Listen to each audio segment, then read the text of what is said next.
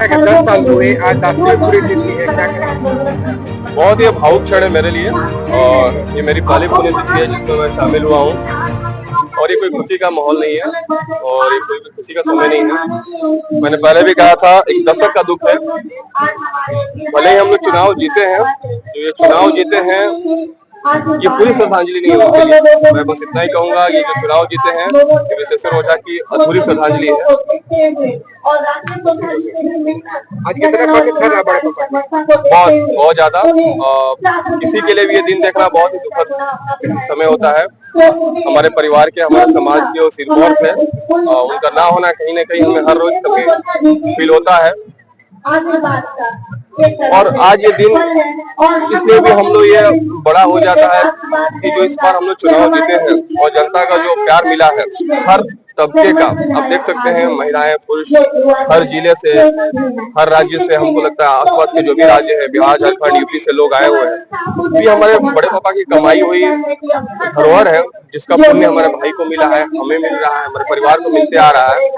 तो हम सबका बहुत आभार करना चाहते हैं जो समय निकाल के श्रद्धांजलि सभा में आए।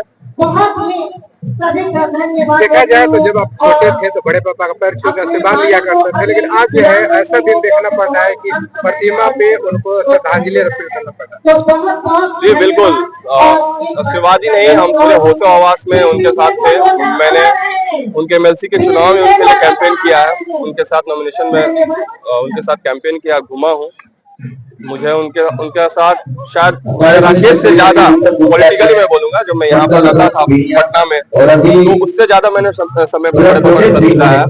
उनका और मेरा लगाव बहुत ही अलग था और कभी भी मुझे किसी चीज की जरूरत होती थी तो मैं पापा से ज्यादा बड़े पापा के पास जाता था, बोलता था किसी भी चीज की। एक बार बस बोलने की देरी होती थी कि मुझे मिल जाती थी। और किसी भी बेटा के लिए और भतीजा के लिए ये दिन देखना बहुत ही दुखनीय है और बहुत ही ज्यादा उनके को फील करते हैं, आगे भी करते रहेंगे। लेकिन हमें जो जनता ने आशीर्वाद दिया है उनकी कमाई के रूप में जो आशीर्वाद मिला, इस बार हम लोग प्रयास करेंगे कि सेवा भाव करके और जनता को उनको उनके मूल्यों पे, उनके संस्कारों पे खड़ा उतर के जनता का सेवा कर पाए, जिससे हम कम से कम उनकी स्मृतियों को जिंदा रख पाए कि जैसे वो पिछले तबके तक पहुंच के सेवा करते थे, उनके बीच में मौजूद रहते थे दिन हो या रात हो, कभी भी 24/7 365 डेज। तो हमें ये मौका मिला है, जनता ने आशीर्वाद दिया है कि बड़े पापा की स्मृतियों को पद चिन्हों पर चलकर, संस्कारों को फॉलो करके हम लोग को जनता का सेवा करना है। मेन यही मोटिव है। बड़े पापा का सपना रहा था कि शाहपुर का जब मैं विधायक बनूं तो शाहपुर का सेवा करूं, लेकिन चूंकि उनको मौका नहीं मिल पाया। लेकिन आपके जो छोटे भाई है वो विधायक है, तो क्या उनके पद चिन्हों पे चल पाएंगे? शाहपुर के जो विकास है, जो विकास की गति है वो दे पाएंगे? बिल्कुल बिल्कुल, हम लोग अभी तो भी चुनाव बीते हुए 4 महीने हुए हैं, तो प्रयास करेंगे कि जो 2005 से 2015 में हमने सेवा किया था, जो विकास की रेखा उस समय खींची थी हम लोगों ने, जो लकीर खींची थी, उसको इस बार पार करें।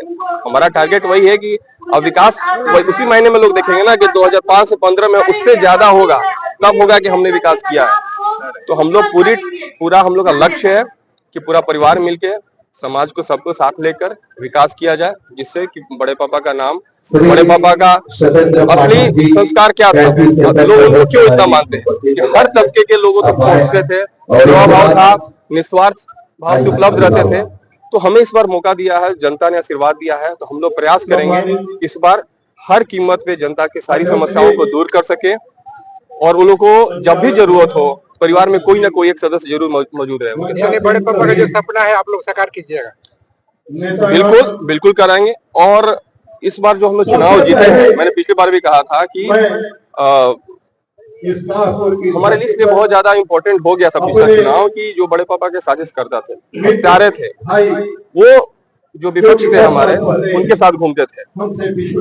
और मैं ये बहुत भारी मन से कह रहा हूँ कि चुनाव जीतना बड़े पापा को कोई श्रद्धांजलि नहीं है, वो आदि श्रद्धांजलि है। सच्ची श्रद्धांजलि कब होगी?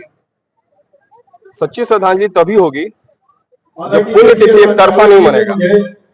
समझ गए?